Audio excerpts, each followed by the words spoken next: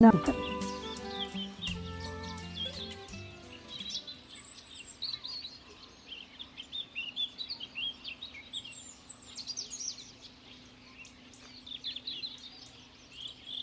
Les Kabyles en général sont des paysans essentiellement arboriculteurs en raison de la nature de leur sol, qui n'est qu'un vaste réseau de montagnes. Sur les pentes aménagées, il faut croître l'olivier, le figuier occupant les plus grandes surfaces.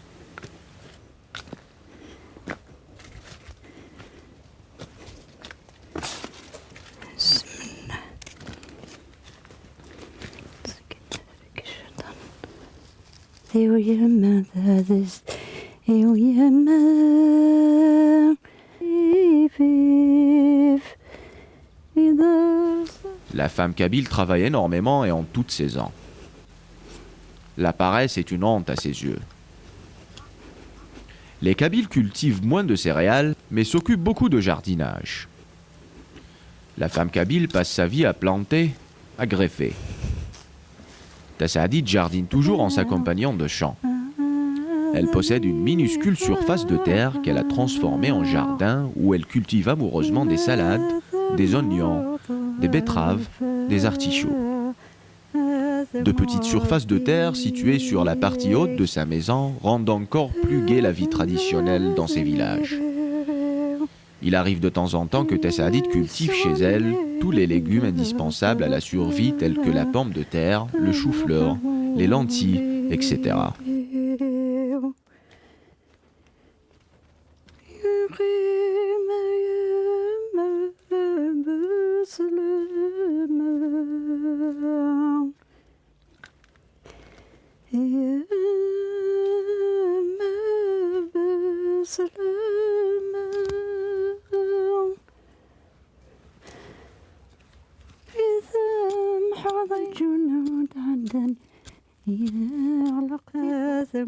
Vivre avec de petites cultures fraîches quotidiennement et presque toute la vie fait, à n'en plus douter, de Tassaadit la femme la plus heureuse qui soit.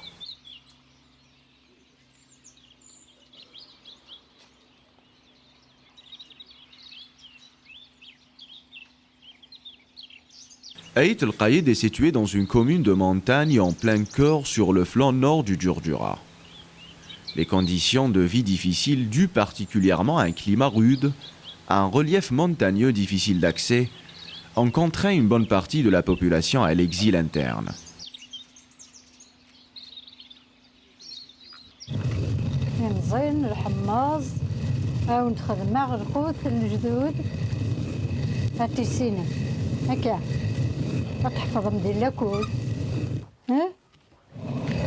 Assise près de la cheminée, Tassaadit prépare au moyen de sa vieille meule du rfis qu'elle avait promis la veille aux enfants déjà de retour de l'école. Cette sorte de gâteau ou pâtisserie traditionnelle est très prisée chez nous tous, petits et grands.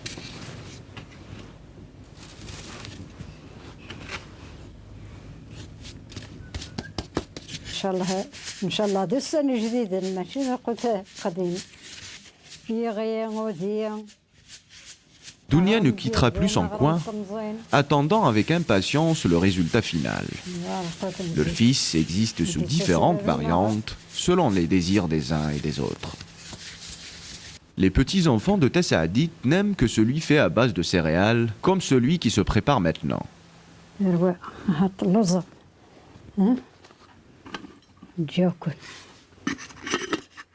Installant maintenant les enfants autour du fils, Tassaadit rajoute de l'huile d'olive fraîche qu'elle garde amoureusement pour ce genre de circonstances, mélange le tout.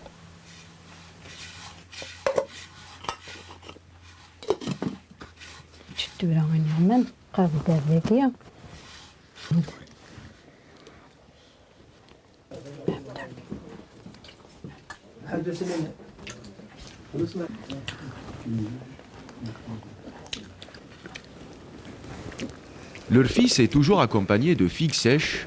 Cela donne de vraies forces aux enfants, paraît-il. Tassaadit coupe à la main la figue en deux parties qu'elle pénètre longuement dans de l'huile, leur expliquant ainsi la bonne façon de déguster cette pâte traditionnelle. Ce délice ne fait qu'augmenter encore l'appétit des enfants, un appétit hors commun.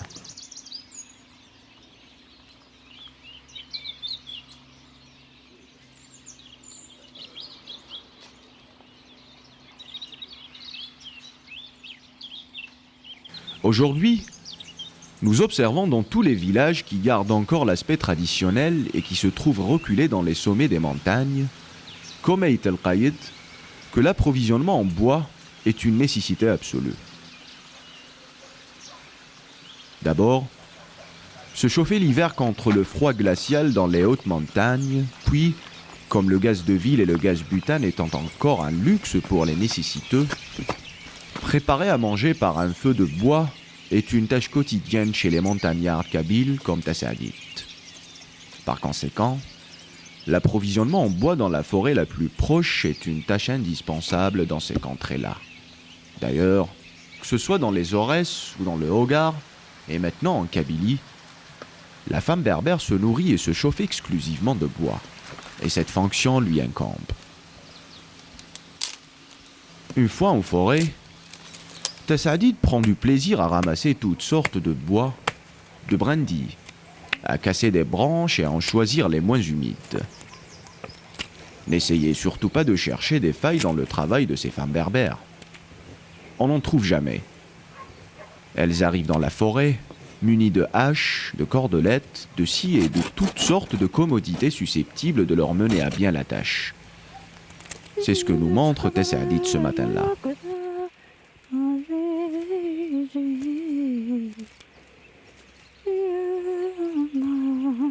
Ces parcelles de forêt sont des biens privés.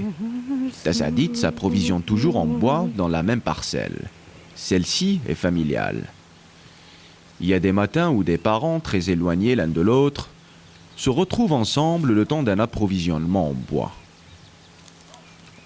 En général, le bois ramassé n'a pas une grande valeur commerciale. Ce qui fait que presque tous les habitants d'un même village peuvent s'en approvisionner s'ils jugent nécessaire.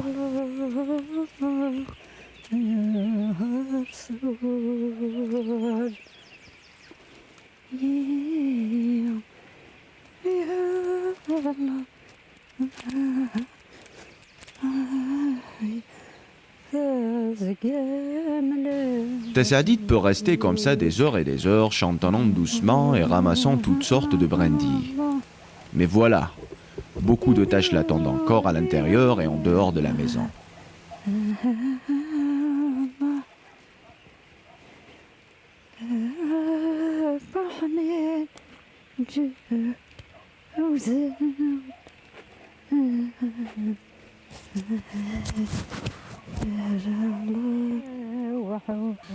Tassaadit se prépare enfin à rentrer, ficelant le fardeau de bois amoureusement à l'aide d'une cordelette et en faisant bien attention à ses instruments qui sont la hache et la scie.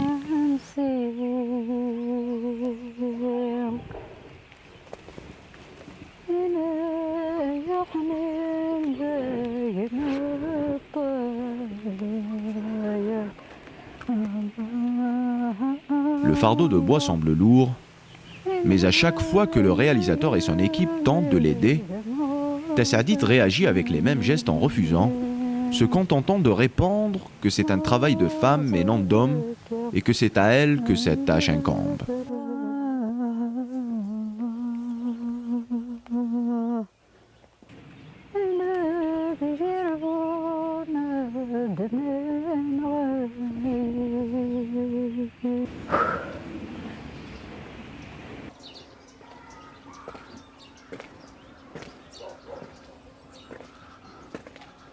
Tassaadit dévale lentement le chemin de la maison formé de zigzags, oubliant le plus souvent ce qu'elle transporte sur son dos tellement les tâches sont nombreuses.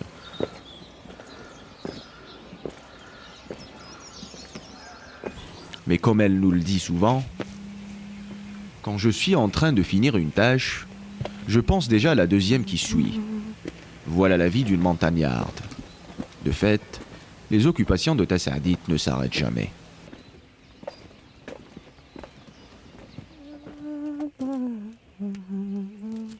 Arrivant maintenant à la maison, Tassaadit dépose dans le même endroit son fardeau, formant ainsi une bonne quantité de réserve en bois pour une dizaine de jours environ. live on this.